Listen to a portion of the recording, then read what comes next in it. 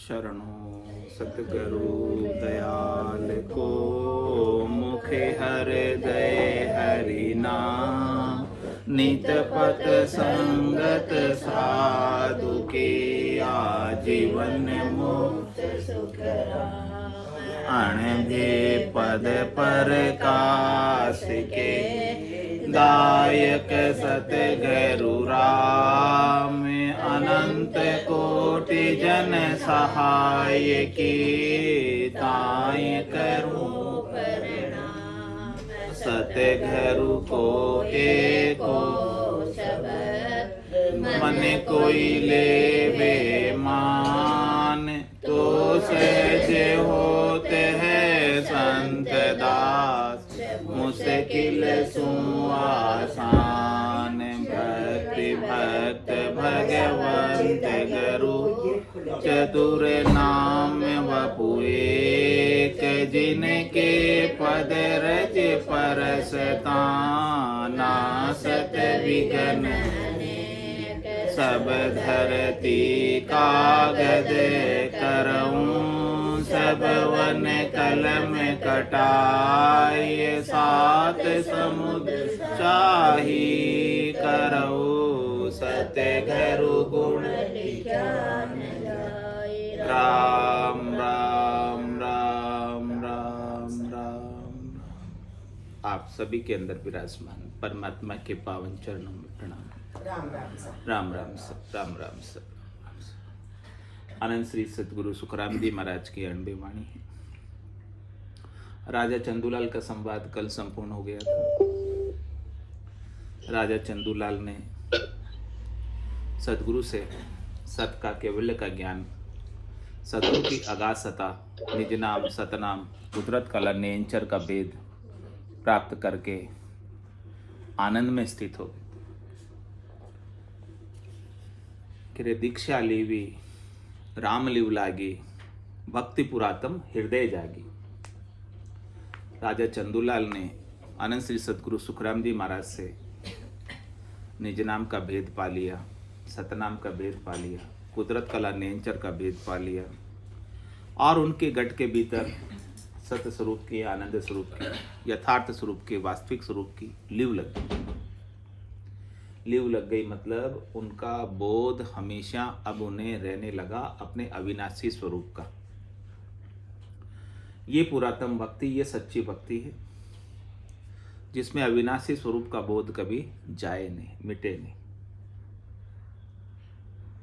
और बागा तूर सूरगटूगा, ऐसे ज्ञान का सूर्य उनके गट के भीतर उदय हो गया और ज्ञान के आनंद की ध्वनियां गर्जना करने लगी।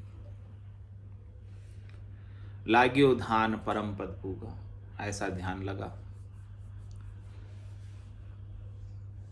कि उन्हें बैठे बैठे ही इसी गट से ही परम पद की प्राप्ति हो गई। परम पद किसे कहते हैं? जिस पद के आगे और कोई पद है, वो परम पद।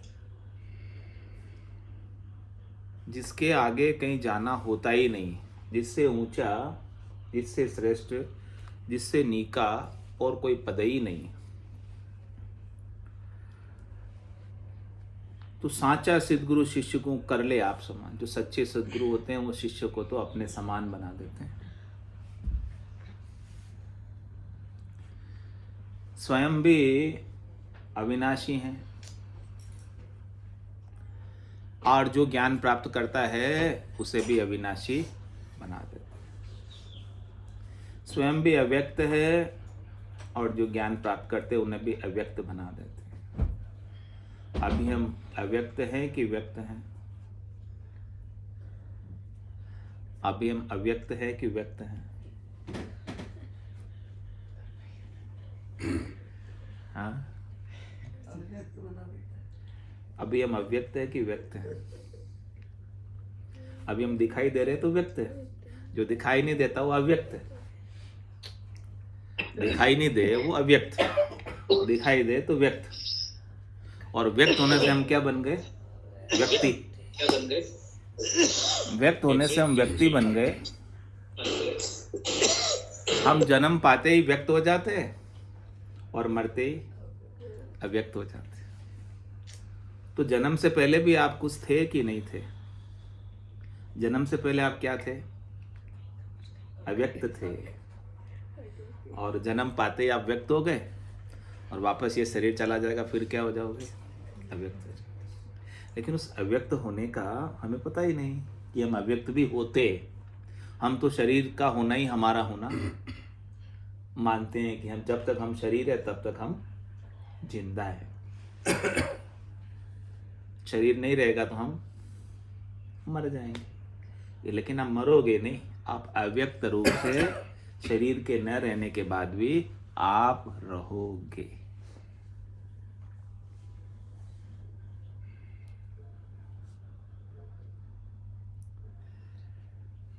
तो अव्यक्त का बोध सद्गुरु कराते हैं। व्यक्त का बोध तो आपकी इंद्रियां खुद कर लेती है।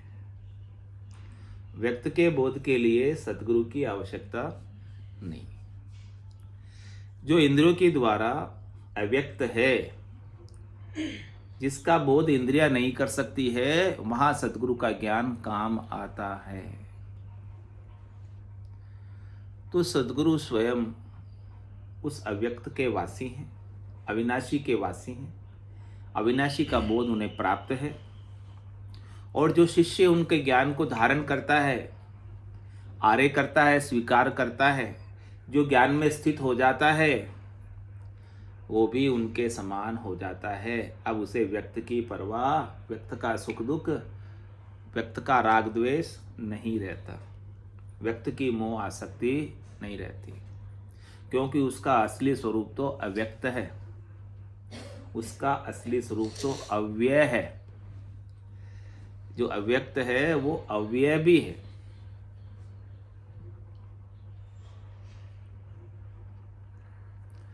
ये लाइट किससे चल रही है? बाकी लाइट बंद क्यों है?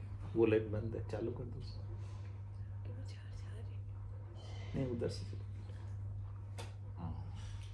ये लाइट किससे चली अभी? बिजली से चली।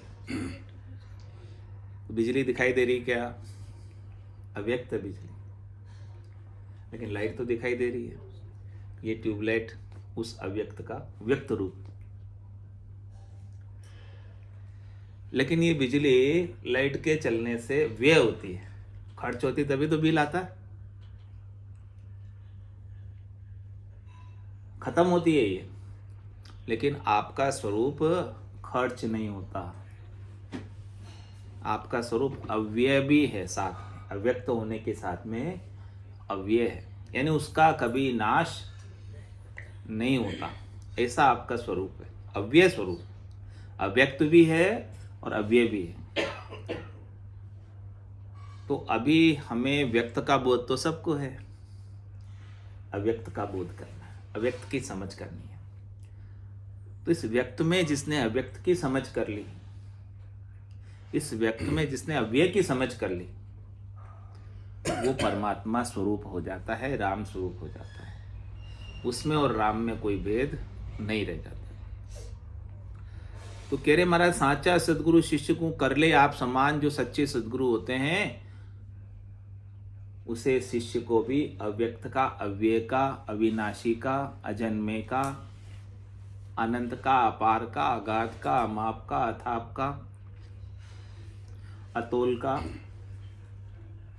बोध करा देते हैं, समझ करा देते हैं। और जो ये समझ नहीं करावे, दूजा गुरु सुखराम के कन फूकारो ज्ञान। दूसरे गुरु का तो कहने और सुनने का ज्ञान। कान में किसके द्वारा कहते हैं? फूंक के द्वारा कहते हैं। फूंक क्या है? श्वास। मुंह, केवल मुंह से श्वासों से बोल रहे हैं और सुनने वाले उसे सुन रहे हैं। जिसमें अव्यक्त का बोध नहीं, जिसमें अव्यय का बोध नहीं, जिसमें अविनाशी का बोध नहीं, केवल कहानी किस्से हैं, कहने सुनने का ज्ञान। अब महाराजा सदगुरु की अगाध सत्ता का वर्णन करने कह रहे, जो सत्ता है अविनाशी की, उसका आप वर्णन नहीं कर सकते, क्योंकि वो वर्णन करने में आती नहीं। वो अनिर्वचनीय है, वचनों से कहने में भी आती नहीं है। सतगुरु सतान वर्णी जाई, सोमन धान बानगी माई। सदगुरु सता शिष्य में आवे, अगम देश हंसा चल जावे। कह रहे हमारे सदगुरु सता का अविनाशी का वर्णन आप कैसे करोगे? अविनाशी कैसा है? अविनाशी काला है, अविनाशी गोरा है, अविनाशी का रंग कोई होता है, अविनाशी मोटा है या अविनाशी छोटा है, कैसे वर्णन करें? कि उस अविनाशी का कोई आकार ही नहीं है, रूप ही नहीं है। किसी का रूप हो, रंग हो, वर्ण हो, आकार हो, तो उसका हम कुछ वर्णन करके आपको समझा सकते हैं, बता सकते हैं। लेकिन जो अविनाशी है, जो निरंजन है, निराकार है, उसका रूप नहीं होने के कारण, रंग नहीं होने के कारण, वर्ण नहीं होने के कारण, आकार नहीं होने के कारण उसका वो वर्णन करने में नहीं आता।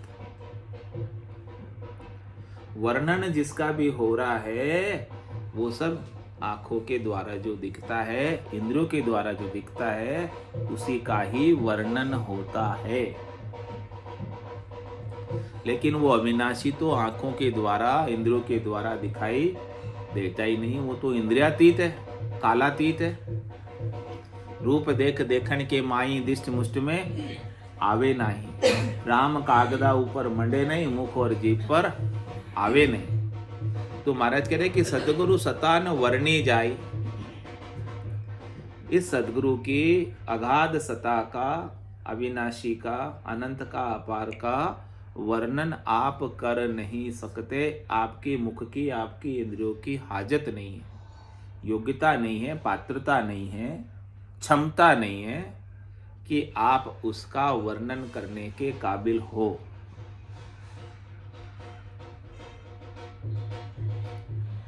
सोमन धान मानगी माई। तो महाराज कह रहे हैं कि फिर उसे कैसे जाने?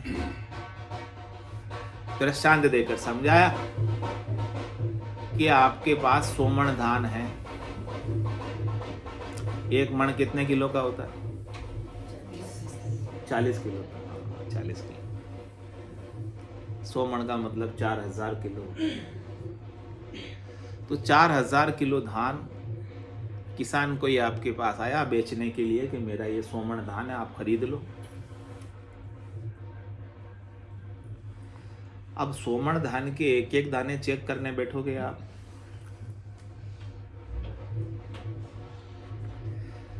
पता नहीं कोई खराब हो। एक एक दाना चेक करना पड़ेगा ना, सही है कि नहीं है।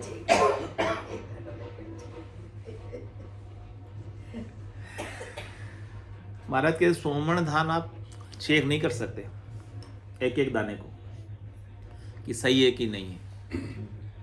उसका सैंपल जरूर देख सकते हैं, नमूना, बानगी। इसी प्रकार से सदगुरु की सत्ता अगाध है, अनंत है, अपार है, सर्वत्र है। इसका आप छे लेना चाहो, इसका आप पार पाना चाहो,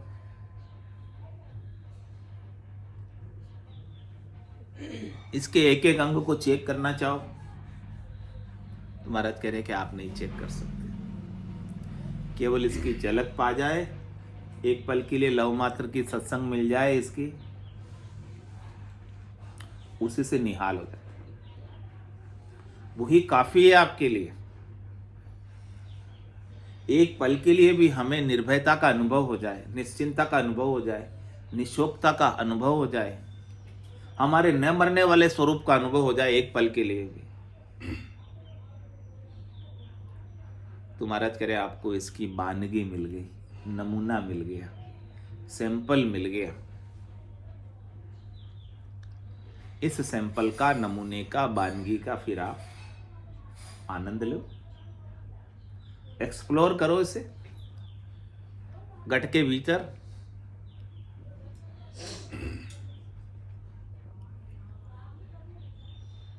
सदगुरु सता शिष्य में आवे। सदगुरु जो आपको अविनाशी का ज्ञान देते हैं, सता का ज्ञान देते हैं। सता किसकी होती है? सत की सता होती है, असत की कभी सता होती ही नहीं। असत तो एक दिखाई देता है, असत का कभी कोई अस्तित्व होता ही नहीं। अस्तित्व होता है, वजूद होता है तो केवल और केवल सत का ही होता है। लेकिन शिष्य उस सत के अस्तित्व को, सत के वजूद को भूल गया। किसमें लग के भूल गया? माया मोह भरम की रजनी। सूता जीव अघाई, सदगुरु वाज करिए ऐसी। राम कहो मेरे भाई, माया में मोह में भरम में पड़कर अपने असली स्वरूप को, यथार्थ स्वरूप को, वास्तविक स्वरूप को भूल गया, विस्मृत हो गया। सदगुरु आपको उसी की याद दिलाते, उसी को लखाते, अलख को लखाते। जो अलख इंद्रियों के द्वारा लखने में नहीं आता, सदगुरु ज्ञान के द्वारा आपको लखाते। सब सतलोक माई है, सतलोक सबके माई है। माया मोह सु उलझिया, ताते सूझे नाई। माया मोह के भरम का विध्वंस करते, माया मोह के आवरण को हटाते। इस सूरज के आगे बादल आ गए माया मोह के। इस माया मोह के बादलों के कारण सूरज का प्रकाश कम हो गया। सदगुरु ज्ञान का बायरा बजाकर, ज्ञान की हवा चलाकर इस माया मोह के बादलों को छांटते हैं, हटाते, और सूर्य फिर से वैसा का वैसा प्रकाशित होने लगता है।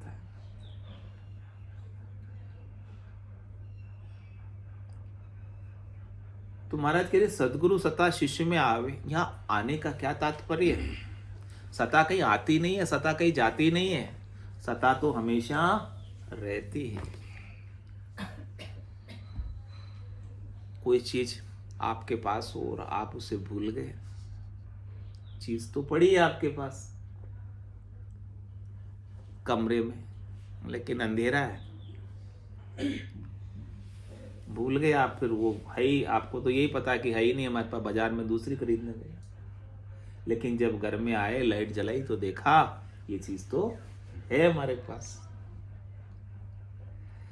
तब उस चीज जो आपके पास है, वो आपके पास होने का भान करने के लिए क्या चाहिए? लाइट चाहिए, प्रकाश चाहिए, ज्ञान चाहिए। तो वो ज्ञान की प्राप्ति से आपको जो चीज प्राप्त है, वो चीज वास्तव में आपको प्राप्त हो जाएगी, उसका लाभ आप वास्तव में उठा पाओगे। तो यहां महाराज का कहने का तात्पर्य सदगुरु सता शिष्य में आवे। शिष्य में तो है पहले से, आती नहीं है कहीं से, जाती नहीं है कहीं।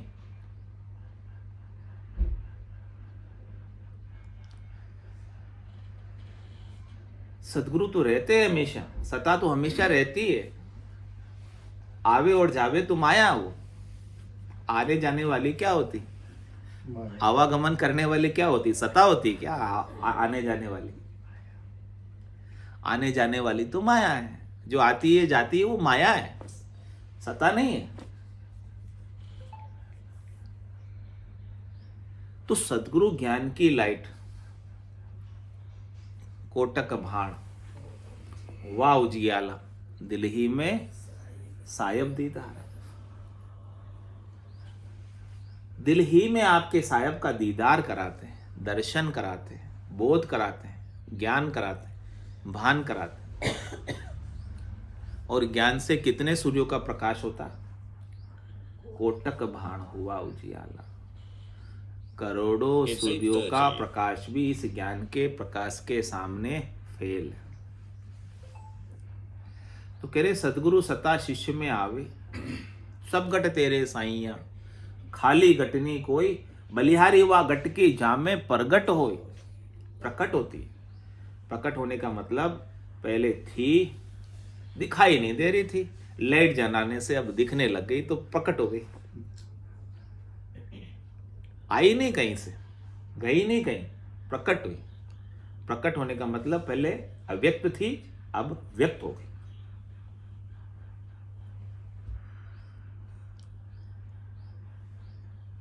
तो सदगुरु सत्ता शिष्य में आवे,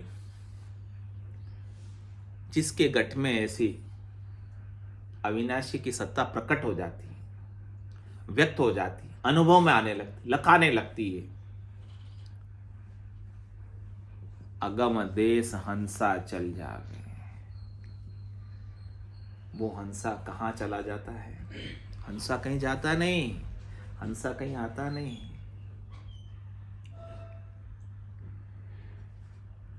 अगम देश का बोध करने लगता है, जिसकी गम इंद्रियों को नहीं है।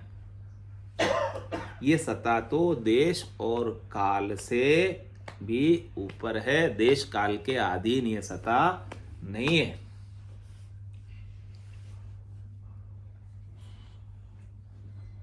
देश काल में के अधीन होती तो किसी देश में है और किसी देश में नहीं होती। ये सत्ता तो सर्वत्र होती है। ये सत्ता तो पूरे ब्रह्म विराट में होती है। ब्रह्म विराट का क्या तात्पर्य है? क्या आप ब्रह्म विराट में नहीं हो?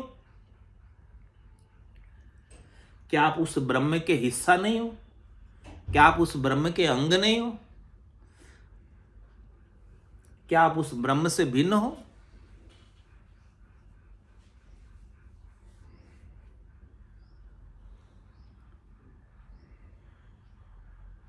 अगम देश का अनुभव शिष्य करने लगता है। अगम देश का बोध शिष्य करने लगता है। जिसे ज्ञान होता है, जिसकी गम इंद्रियों के द्वारा नहीं होती है, उस अविनाशी का बोध सदगुरु की कृपा से पा जाता है।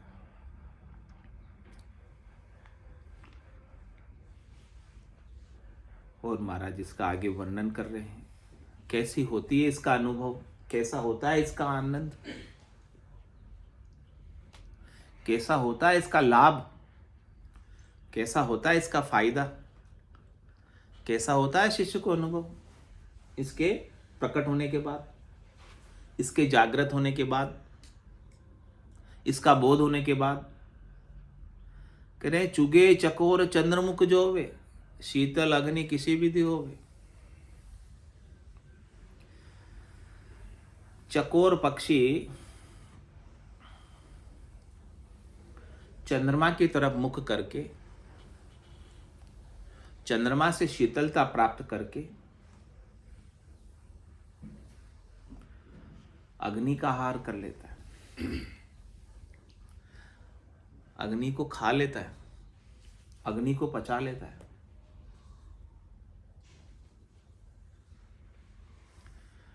अग्नि को खाना मुंह नहीं जल जावे, गरम गरम रोटी खा लो तो ही, गरम गरम भजिया रख दो मुंह में तो, हाँ, माइक्रोवेव में रखा हुआ गुलाब जामुन रख दो तो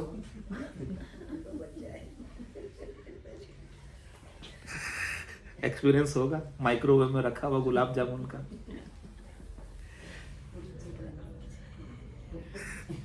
एक बार रख दिया था मैंने तो बाहर निकाला।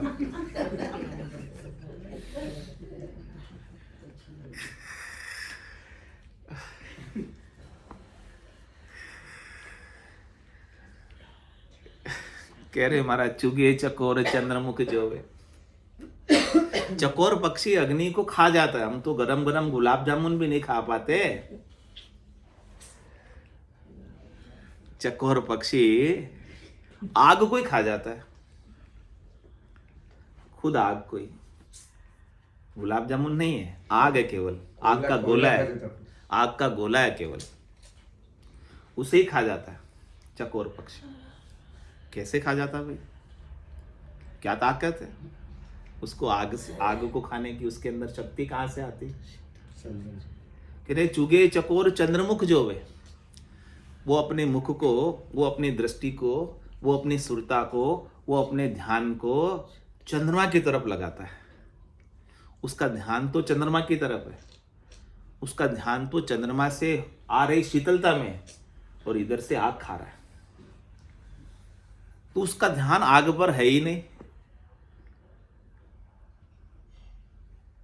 आप बेहोश है और डॉक्टर चीर फाड़ करे, आपको दर्द होवे? नहीं होवे ना। करता ही है ना, डॉक्टर ऐसा ही करता है, आपके अंग को सुन्न कर देता है, आपका ध्यान वहां नहीं होता आपके उस अंग पर जहां चीर फाड़ कर रहा है। फिर वो चीर फाड़ कर लेता है, आपको कुछ ही महसूस नहीं होता। ऐसा ही वो चकोर पक्षी की सुरता, चकोर पक्षी का ध्यान, उसकी निरता चंद्रमा से प्राप्त होने वाली शीतलता की तरफ लगी। तो वो गर्मा गर्म अग्नि का आग का गोला भी वो मुंह में खा जाता है, लेकिन उसको कोई फर्क नहीं पड़ता।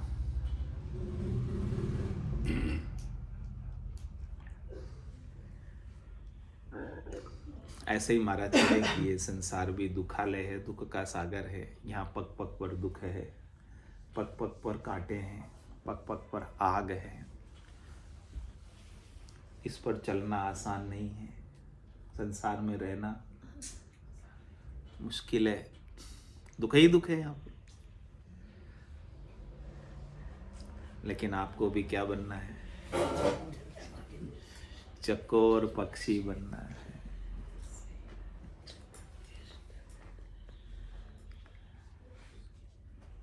आपकी सुरता, आपका ध्यान, आपकी निरता सद्गुरु के ज्ञान के माध्यम से आपके अविनाशी स्वरूप पर स्थित हो जाए, सत पर स्थित हो जाए, जिसका कभी नाश नहीं होता उस पर स्थित हो जाए, आपके असली स्वरूप पर स्थित हो जाए। फिर भले संसार में कितने ही दुख हो, आप उसको आसानी से पचा जाओगे, जैसे चकोर पक्षी आग को भी पचा जाते हैं, उसको फर्क नहीं पड़ता।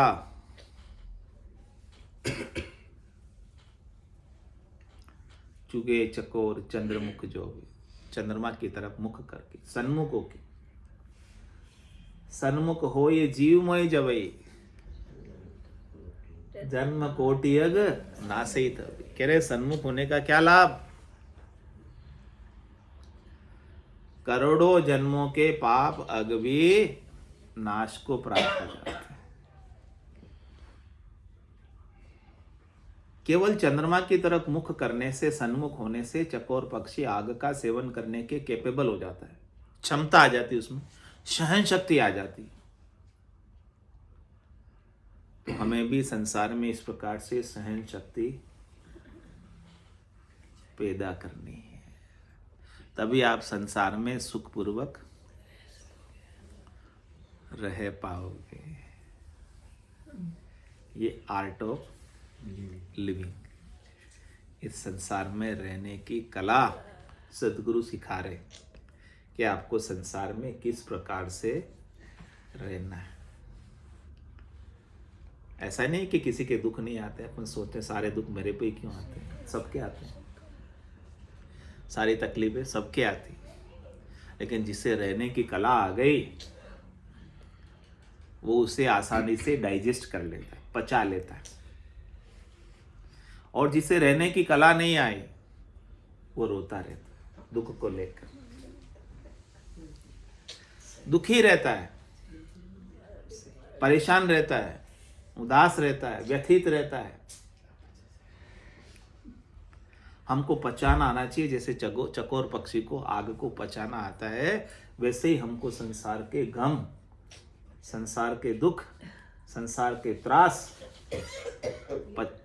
ज्यादा सहन शक्ति भी तकलीफ का कारण नहीं है। अपने लिए तो तकलीफ नहीं है, अपने लिए तो आनंददायक है। सहन शक्ति नहीं होगी तो हम थोड़ी ही देर के अंदर परेशान हो जाएंगे। तो हमको हमारे आनंद में रहना है, सहन शक्ति से ही हम आनंद में रह पाएंगे। सहन शक्ति के बिना हमारा आनंद खत्म हो जाएगा, और ये सहन शक्ति ज्ञान से ही आएगी। आपके अविनाशी का कोई नाश कर ही नहीं सकता, आपका कोई कुछ बिगाड़ ही नहीं सकता।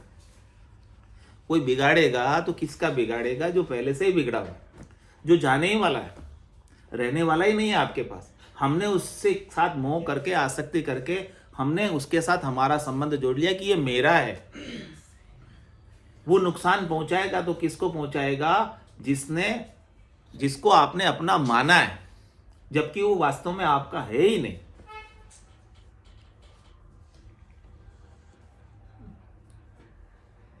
ब्रह्मवश, अज्ञानतावश, नादानीवश, नासमझीवश उसे हमने अपना मान लिया। जो आपका है उसको आपसे कोई छीन नहीं सकता, ले नहीं सकता। जो आपका नहीं है वही छीना जाएगा।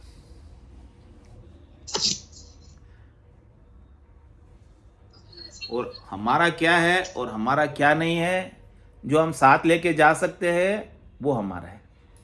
जो हम साथ लेके नहीं जा सकते वो हमारा है ही नहीं। दुख किसका है? साथ लेकर जाने वाले का है या साथ लेकर नहीं जाने वाले का दुख है हमें? ये बताओ, किसका दुख है हमें? नहीं जाने वाले के लिए जबरदस्ती दुखी हो रहे हो, वैसे ही जाने वाला नहीं है, क्यों जबरदस्ती दुखी हो रहे हो?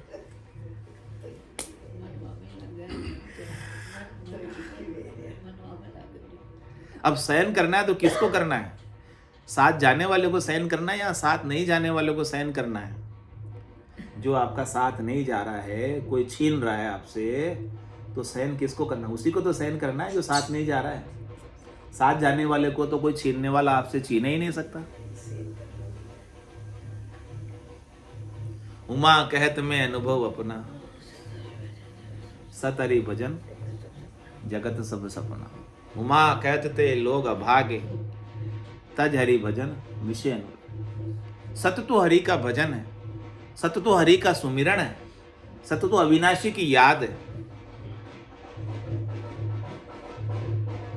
वही आपके साथ जाने वाला, अविनाशी ही आपके साथ रहने वाला है। नाशी तो आपका शरीर है जो भी यहीं छूट जाएगा। नाशी तो आपके शरीर से संबद्ध संसार है जो यहीं छूट जाएगा। मैं मेरी में अवध कमाई, जन्म बदी तो बाता, सिमरण सोदा कदे न कीना, यो हीर मुसायो हाथा। अविनाशी का सुमरण तो कभी हुआ नहीं, रहने वाले राम का सुमरण तो कभी हुआ नहीं, सदगुरु की अगाध सत्ता तो कभी हमारे घट में प्रकटी नहीं, जागृत नहीं हुई, चेतन नहीं हुई।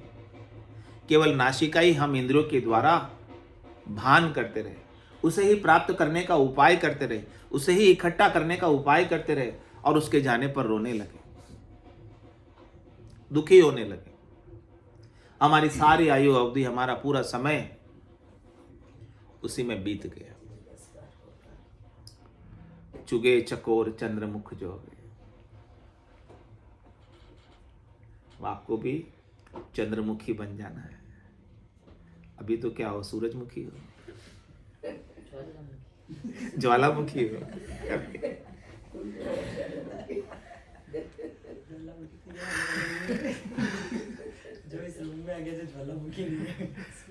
चंद्रमुखी हो जाने के कह रहे महाराज।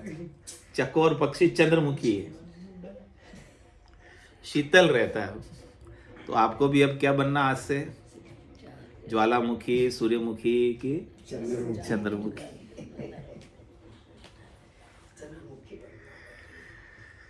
ज्वालामुखी हो तो पहले ज्वालामुखी से सूर्यमुखी बन जाना, और सूर्यमुखी से फिर चंद्रमुखी बन जाना, स्टेप बाय स्टेप। एकदम तो बदलाव नहीं आएगा, धीरे धीरे ही बदलाव आएगा। सद्गुरु ज्ञान से आपके हृदय को परिवर्तित करते हैं, समझ विकसित करते हैं।